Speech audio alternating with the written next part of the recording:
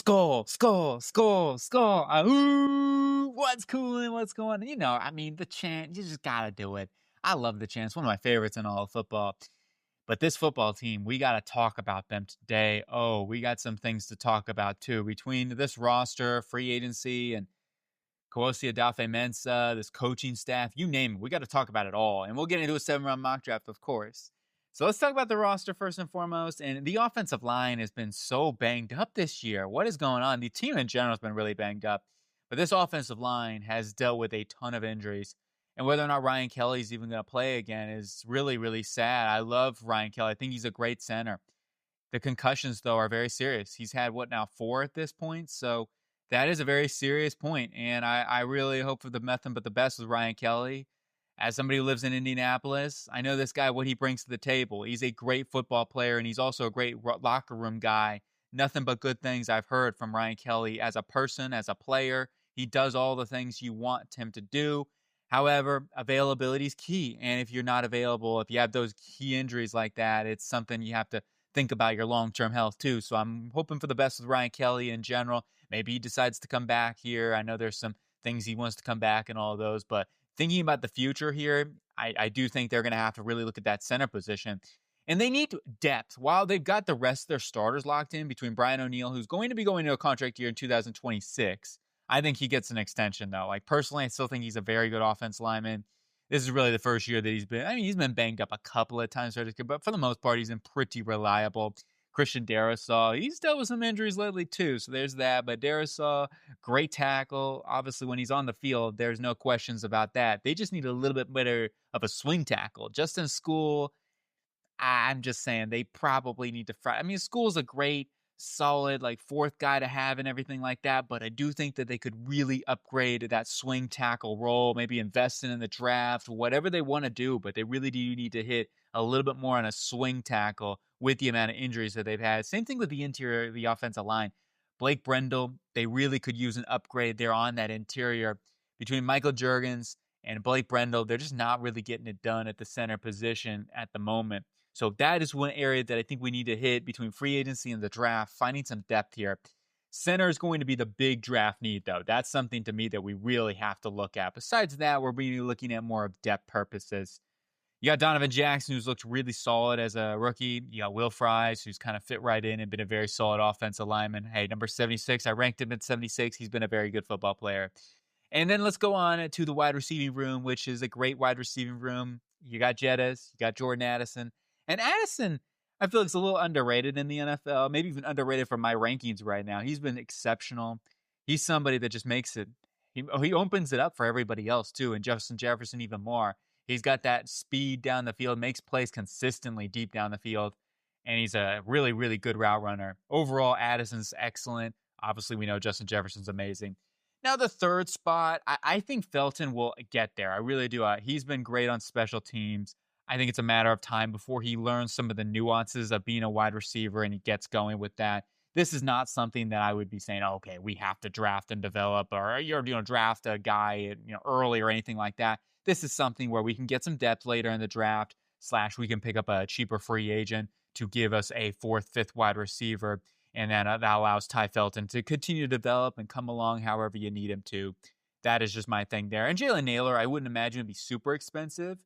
He may end up getting a contract, though, elsewhere because he's a good, solid third wide receiver for somebody. And especially there's teams out there that are going to be willing to take a little bit more of a chance on him than this football team might be, even though they've seen him and everything like that. But in terms of financials and all those sort of things, Nailor might get a little bit of a $3, $4, $5 million contract elsewhere because of his talent. One other thing I do want to mention here is we don't really need to worry about special teams purposes here because Miles Price is their return man. So I'm not super worried about that either. Let's go into the tight end room now.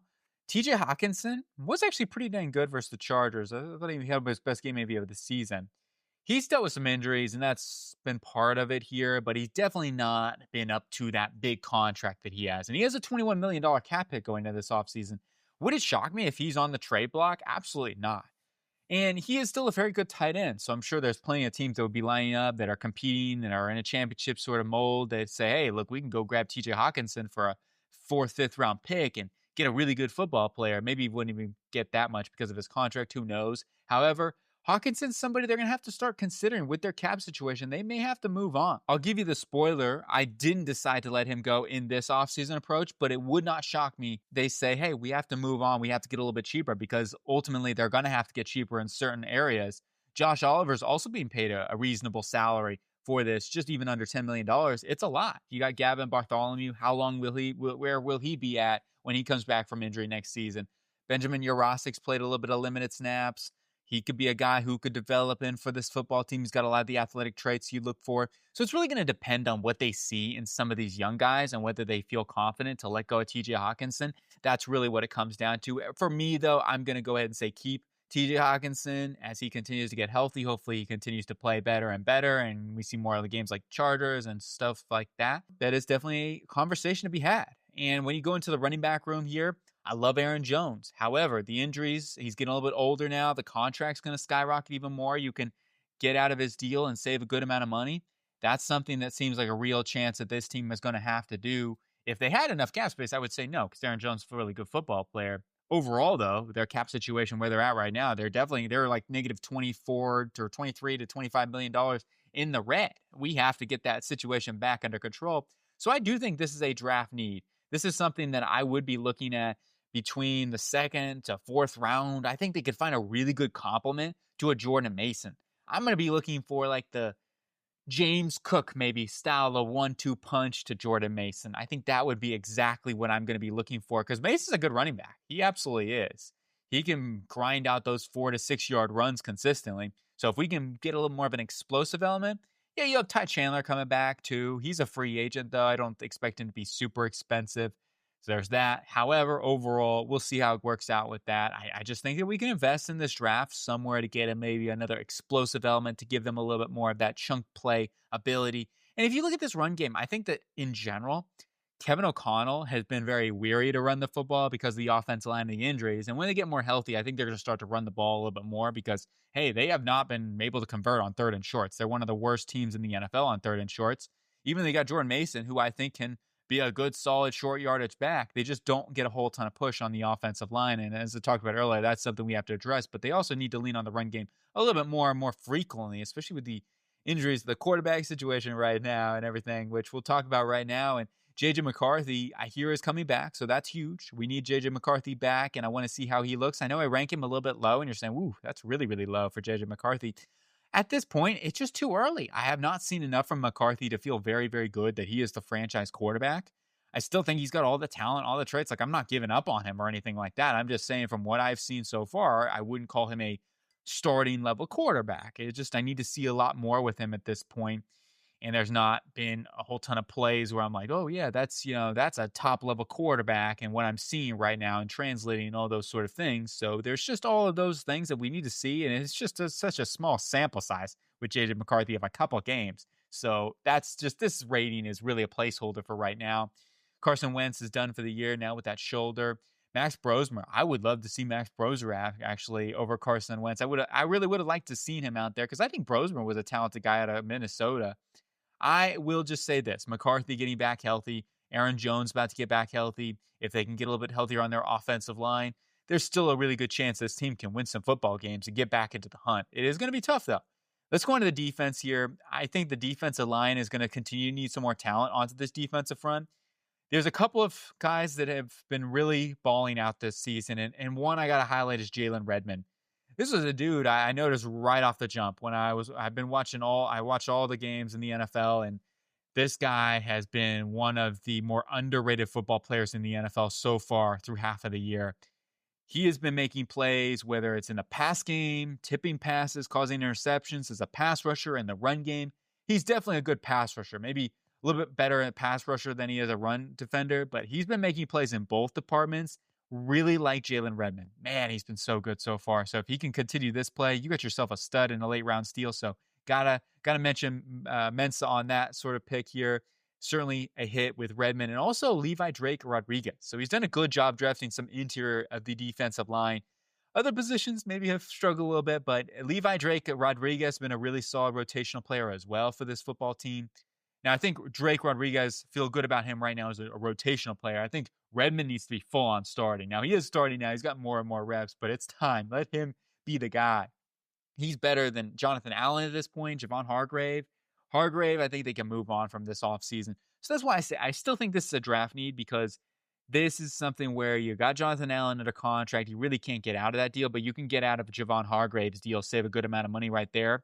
So I'm thinking let's draft somebody and develop between like second to fourth round or PPA, right? Hey, if Peter Woods is available and he's best player available, I'm not discounting them. I'm absolutely taking him, and we'll build a young defensive core with Jalen Redmond and Peter Woods and Drake Rodriguez. That would be excellent. So that's definitely not off the table for this football team. It really just comes down to where they're picking and who's on the board. Overall, I would say as of right now, I'd be looking for a run defending type of player. That is one area that I think that they could use a little bit more help on.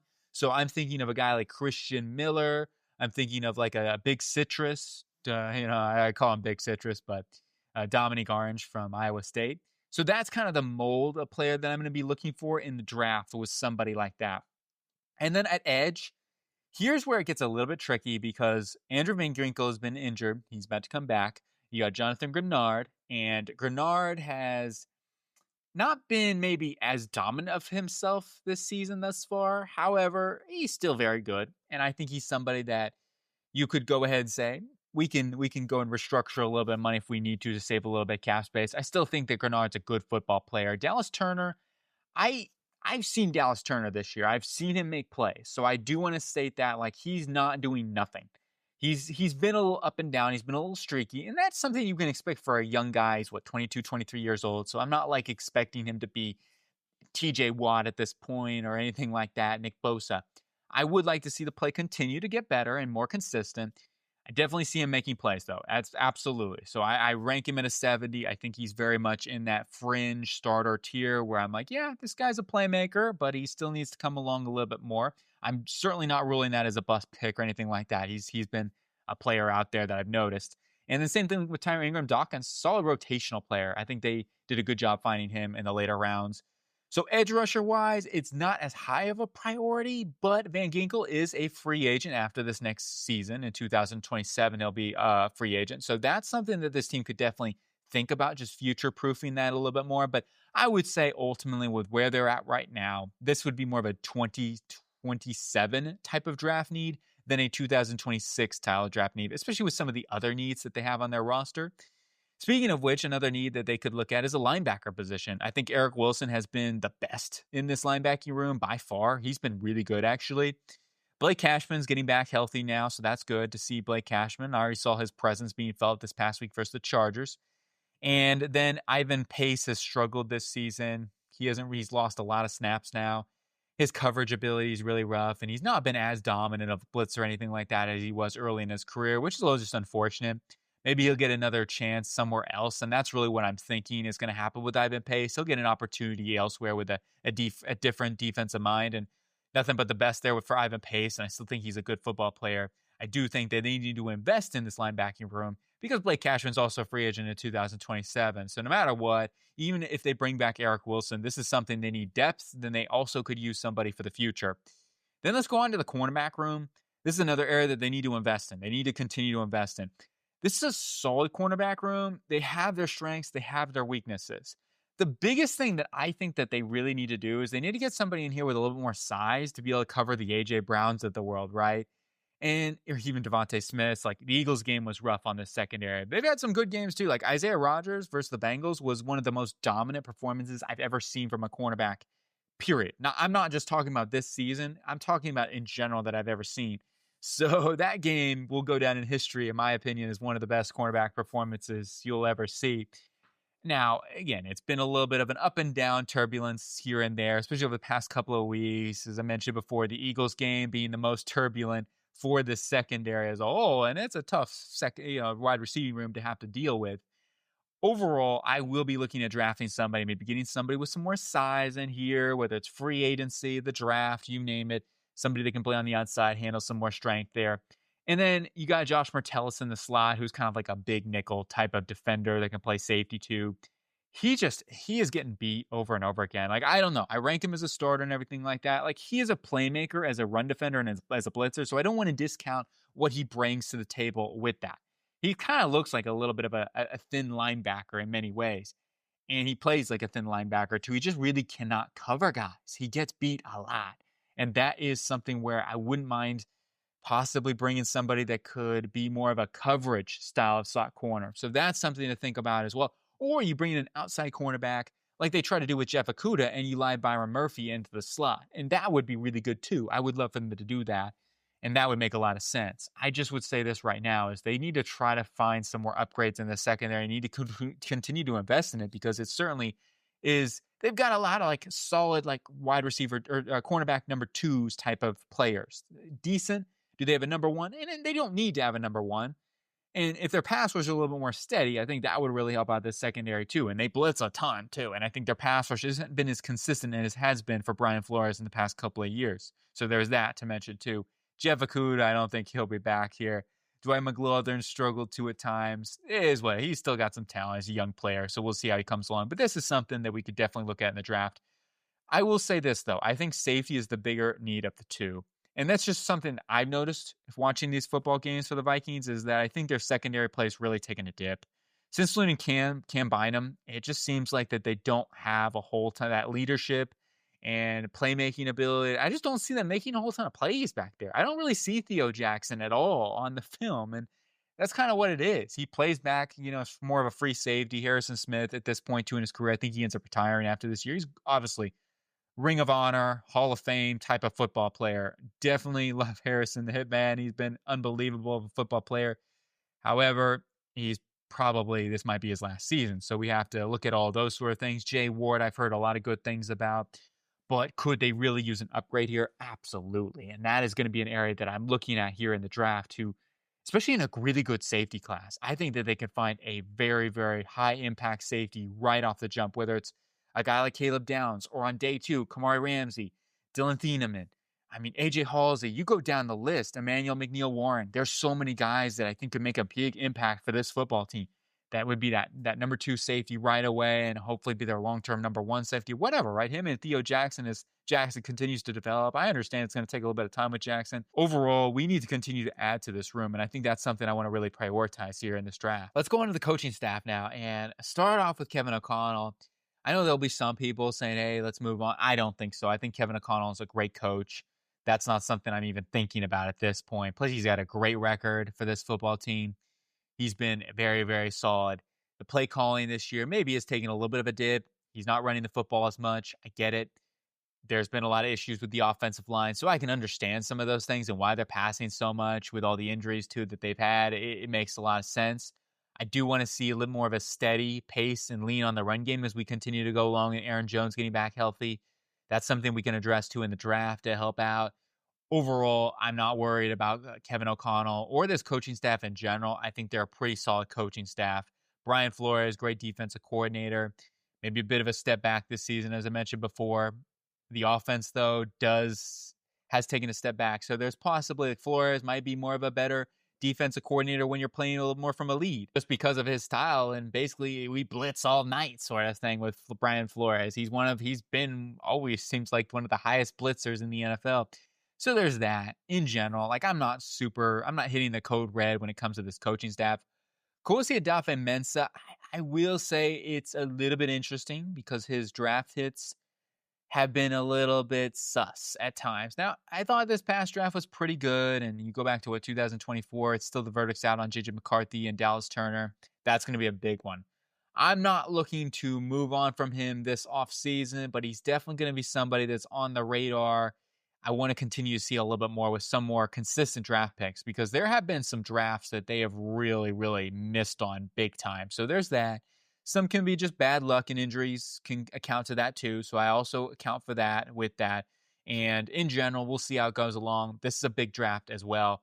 Now let's go into the free agency period and start off with the team cuts. I'm going to let go of quite a few people here. And some of these are really tough decisions. They're all tough decisions. It's never easy letting go of players, especially as an organization. You know these players, they're family to you guys, friends in the locker room, all those sort of things. So I don't love cutting players. It's not easy to do, but sometimes you have to. And Javon Hargrave is going to be one of those guys. We could save $11 million. Aaron Jones, great football player. We got to move on, though. We just got to get a little younger, get a little cheaper. Ryan Kelly, as I mentioned before, I love Ryan Kelly. Great player. Maybe he ends up retiring after this season, too. Blake Brendel, Just feel like we can save a little bit more money there and get some more depth, possibly for the same price or even cheaper than that too. So let's save as much money as we can, get ourselves back in the green.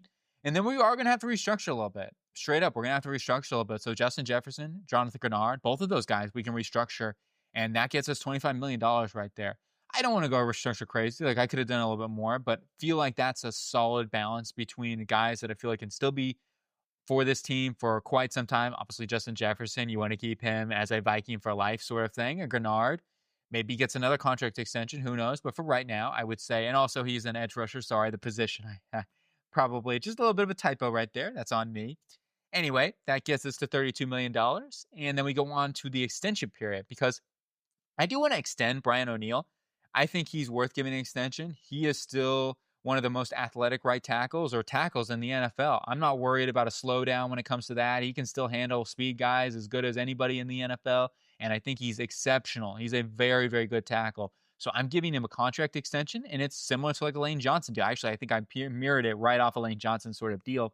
Not quite in terms of the overall structure of Lane Johnson because the Eagles do it differently with their bonuses and everything.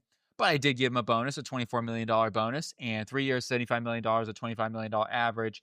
And that would allow us to move a little bit more money throughout the years with that new bonus, that new money coming in. That allows us to save $6 million. Don't ask me how I did the math on that. Hopefully I did it right. But yeah, there it is.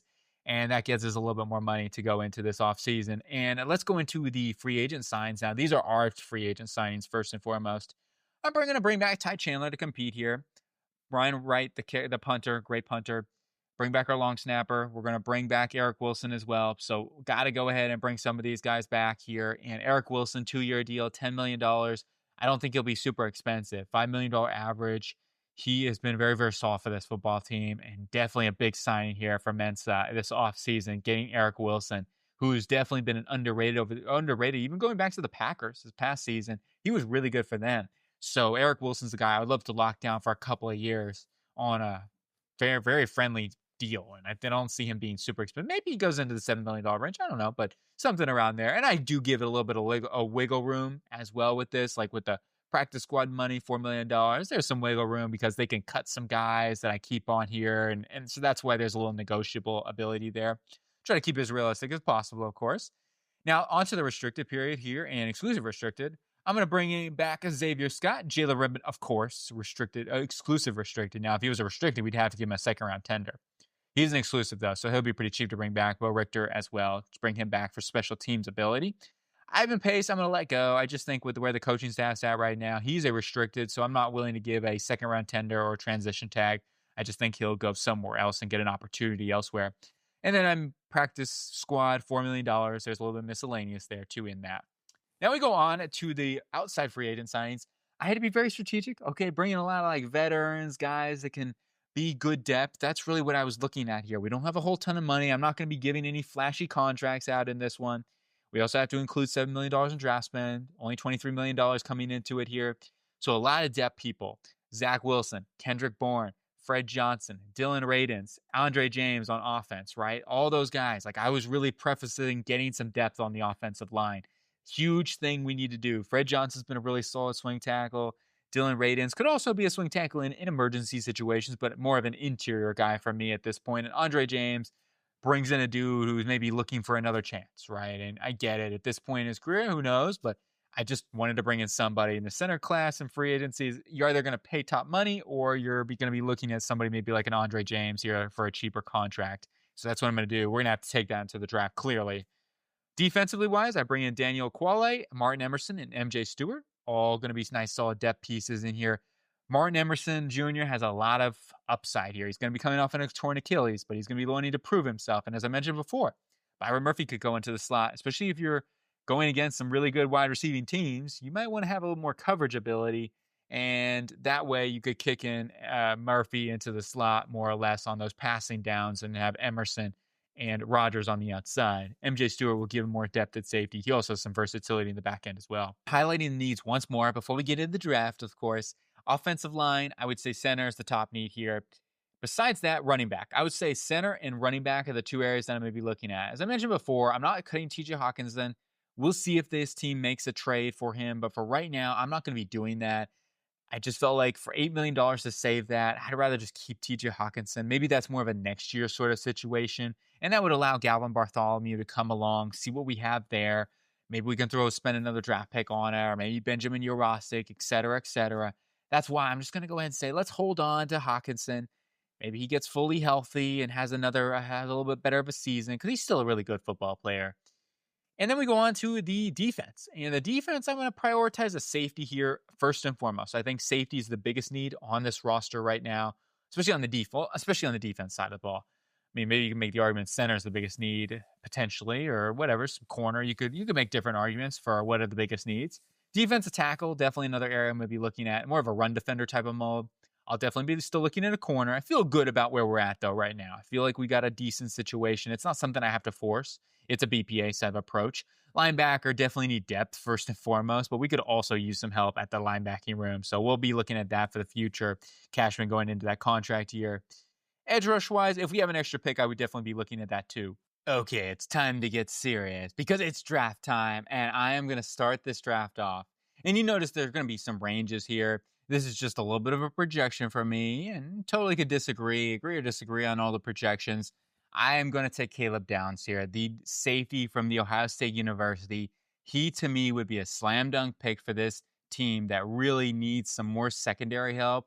And you plug him in right away at safety, and I feel like he is going to be an instant impact between run defense, between as another playmaker that the team could need, and ultimately as a long-term leader. I think Caleb Downs just checks off so many boxes that this football team really could use in their secondary. So I'm not passing up on a talent like Caleb Downs, especially in this 7 to even 12 range or whatever. I just personally think with their schedule, that's where I have them at the moment.